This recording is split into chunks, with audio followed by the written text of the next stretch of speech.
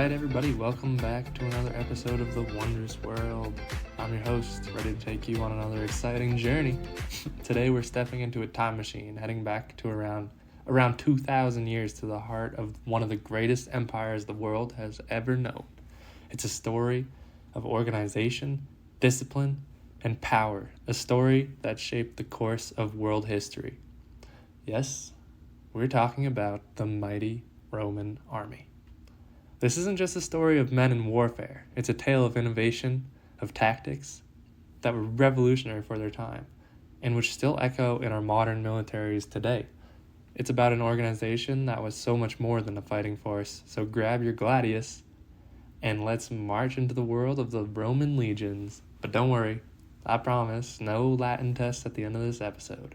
Let's dive in. So, the founding and early development. As with all great stories, our tale begins at the beginning. Who would have guessed? The Roman army that many of us picture in our minds, the disciplined legions with their red tunics and glistening armor, wasn't always like this. Rome, you see, began as a small city-state, surrounded by enemies on all sides. Their early forces were more akin to a militia than a standing army, composed mostly of citizen soldiers, called upon in times of need. The early Roman military was structured around the Greek phalanx, a formation of heavy infantry. This worked quite well for a time, but as Rome's ambitions grew, so did the need for a more versatile fighting force. The rough terrains of the Italian peninsula and the variety of Rome's enemies called for a more adaptable approach to warfare. So around the 4th century BC, Rome began a series of military reforms, transitioning from the Greek-style phalanx to a manipular form, a more flexible system divided into two lines of soldiers called maniples. This system allowed the Roman army to be more maneuverable on different terrains and against a wider variety of enemies. But the greatest change came in the late 2nd century, BC that is, when a Roman general named Marius removed the property requirements that had previously restricted army service. Suddenly, the army wasn't just a responsibility of the citizens, it was also a career. In fact, it was a way for lower classes to earn a regular wage and even secure a pension. This shift was fundamental in transforming the Roman army into a professional force, making the birth of the Roman legions as we know them today. The organization and structure. Fast forward a bit, and we find ourselves in the age of the professional Roman army. Now, when I say professional, I mean it. The Roman army was organized with a level of detail that rivals many modern militaries. At the heart of this, the army were legions. A Roman legion was usually composed of around 5,000 soldiers, give or take, divided into cohorts, centuries, and maniples. Each had a specific role and place in battle formation. The smallest unit was the century, was made up of around 80 men and led by a centurion. These men ate, slept, trained, and fought together, creating strong bonds of brotherhood and teamwork. And the structure didn't stop there. The Roman army also had auxiliary units and non-citizens who supported the legions. They were often men from the provinces, who served as light infantry, cavalry, archers, and more. These auxiliaries provided the Roman army with a range of military capabilities and adapted techniques from across the empire. This military machine was supported by an extensive logistics system. They had military engineers for constructing forts and siege engines, medical personnel to tend to the wounded, and quartermasters responsible for the supply of food and equipment. The Roman army even had its own dedicated postal system for communication. But remember, the Roman army wasn't just about fighting. Roman soldiers were also builders, engineers, and peacekeepers. They built the roads, walls, bridges, and fortifications. In a way, wherever the Roman army went, so did Rome itself, creating a network of infrastructure that helped consolidate and maintain the empire. Have you ever heard the saying, all roads lead back to Rome? Well, that's because in the time of the Roman Empire, it was pretty true that all roads led back to Rome, at least all the well-constructed ones, and those were built by the Roman Empire. All right, let's shift our gaze now away from structure to the tools and strategies that made the Roman army so darn effective. There's a famous saying, "The Romans conquered the world in self-defense," and the truth in this can be seen in their approach to warfare. Romans had a real knack for adapting, and improving upon their military techniques. The classic example, the Roman gladius, a short, double-edged sword, perfect for the kind of close-quarters combat the Romans specialized in. It was influenced by swords they encountered during the Second Punic War, the pilum, a long spear designed to penetrate enemy shields and bend on impact, preventing it from being thrown back, was another innovative piece of Roman weaponry. Roman tactics, too, were very effective. Take the famous testudo, or tortoise formation, where soldiers would align their shields to form a sort of protective shell around the unit. You've probably seen pictures of this before. This was used to approach enemy fortifications under the hail of arrows. Yet Roman tactics were not just about offense, but also playing the long game. They knew how to build fortifications swiftly, securing their position after a day's march. They made use of complex military strategies such as feigned retreats and flanking maneuvers. And when they faced an enemy with superior tactics, they learned and adapted. Yet, let's remember, the strength of the Roman army wasn't just in their weapons or tactics. It was also in their discipline and relentless training of soldiers, which allowed them to execute these strategies effectively, no matter the odds. So let's get into their training and discipline. We've talked about the hardware and the strategic know-how. Let's focus on the true backbone of the Roman army, their discipline and rigorous training of its soldiers. Training for a Roman soldier wasn't just a crash course, it was a lifestyle. The historian Vegetius wrote that victory in war does not depend entirely upon numbers or mere courage. Only skill and discipline will ensure it. And boy, did the Romans take this to heart.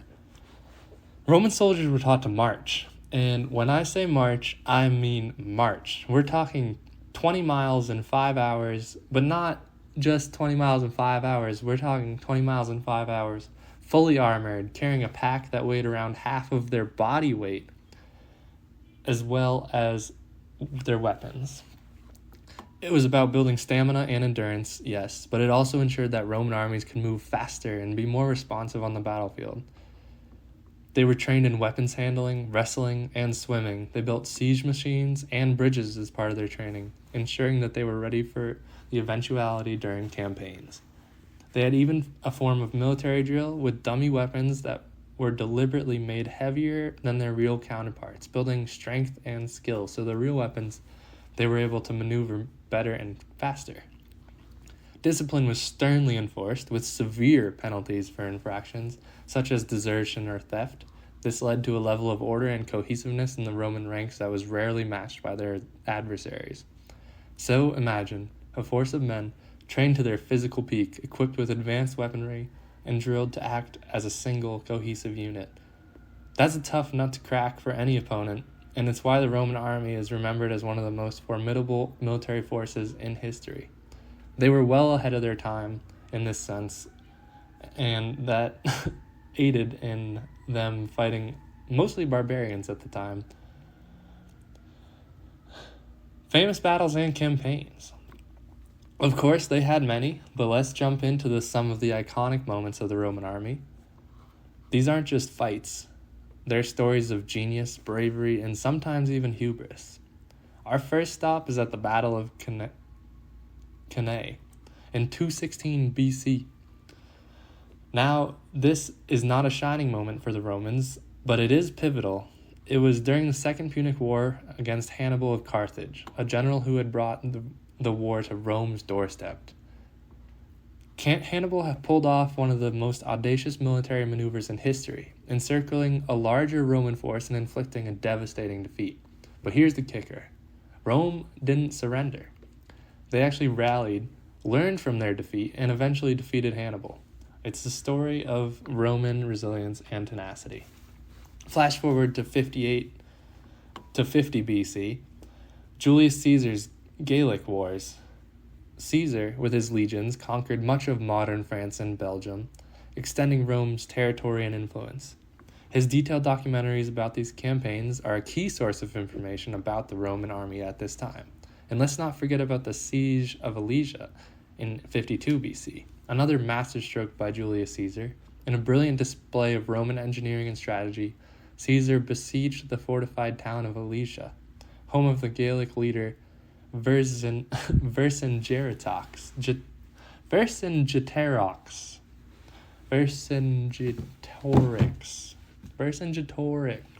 I always have trouble pronouncing that, and I did practice. While also building fortifications to protect his own forces from relieving Gallic army. Outnumbered and outmaneuvered, Vercingetorix was eventually forced to surrender. Lastly, let's remember the Battle of Actium in 31 BC. This sea battle between the forces of Octavian, later Augustus, Rome's first emperor, and the combined forces of Mark Antony and Cleopatra decided the future of Rome. Octavian's victory marked the end of the Roman Republic and the beginning of the Roman Empire. These are just glimpses into the Roman army's exploits. Each battle, each campaign, was a brick in the building of the Roman Empire. Their ability to adapt, to learn, and their unyielding spirit in the face of adversity are true markers of their legacy. Now let's talk about the role of army in society, because the Roman army, while they did do a lot of conquests and battles, their influence extended far beyond the battlefield. They had a major impact on the fabric of Roman society. For starters, military service was a path to social advancement, as mentioned earlier, especially for those of lower classes. Serving in the Roman army offered a regular pay, a share of the spoils, and upon completion of service, a plot of land. It wasn't just a career, it was an opportunity, a ladder to climb up the socio-economic ranks. The Roman army also played a critical role in spreading Roman culture and language. As Rome expanded, it wasn't just about conquering territories. They assimilated the populations, spreading their language, culture, engineering, and law. The Roman soldier was a citizen, a lawgiver, an engineer, and a diplomat.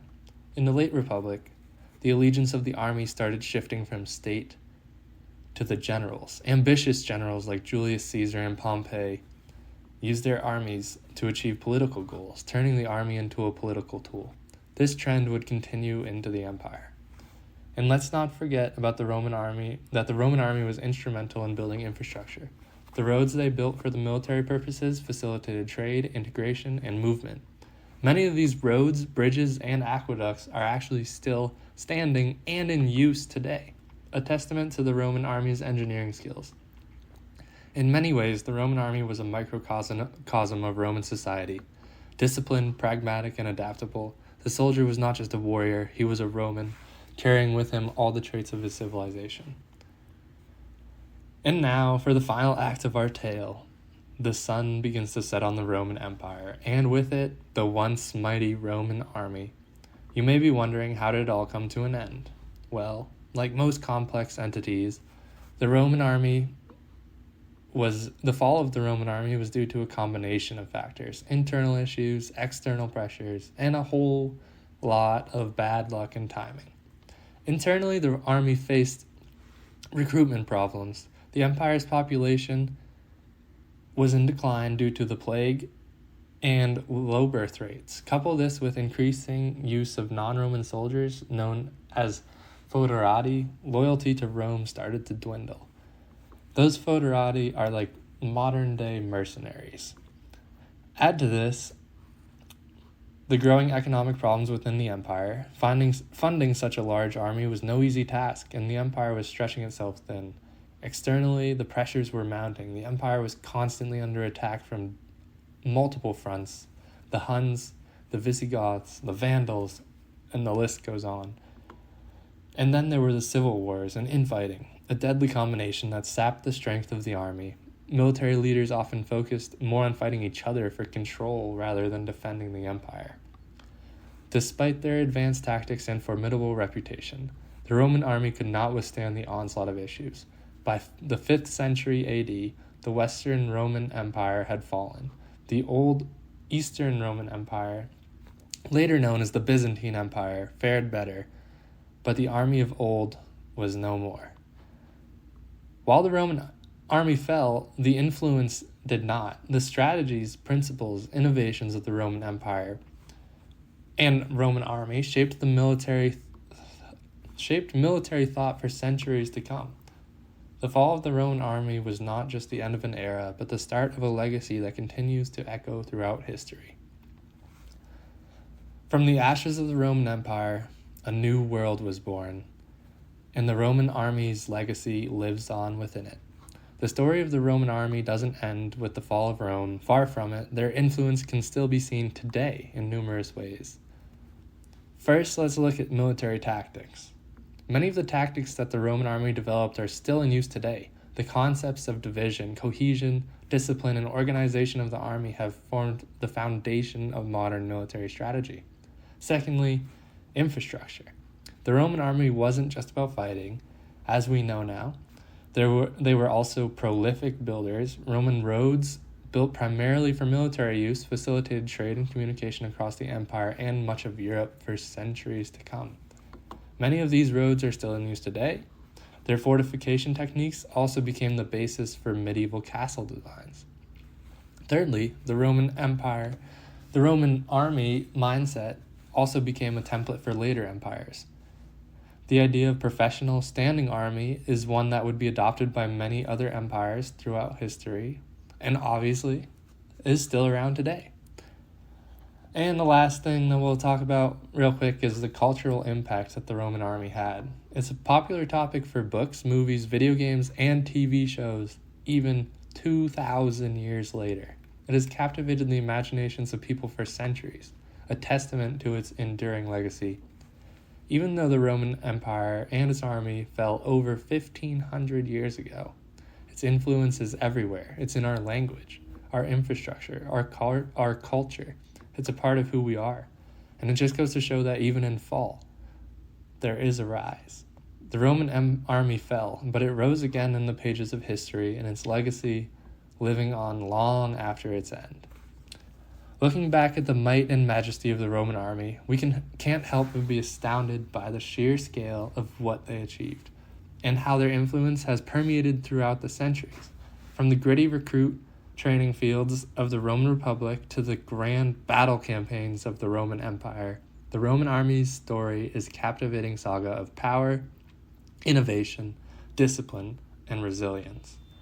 But more than just a military force, the Roman army was a keystone to the society, the backbone that held the empire together. Its fall mirrored the fall of Rome itself, and yet its legacy endured, shaping the face of warfare and society in profound ways. Thanks for listening. You can follow us on Twitter or X now at Wondrous World PC. See you next time.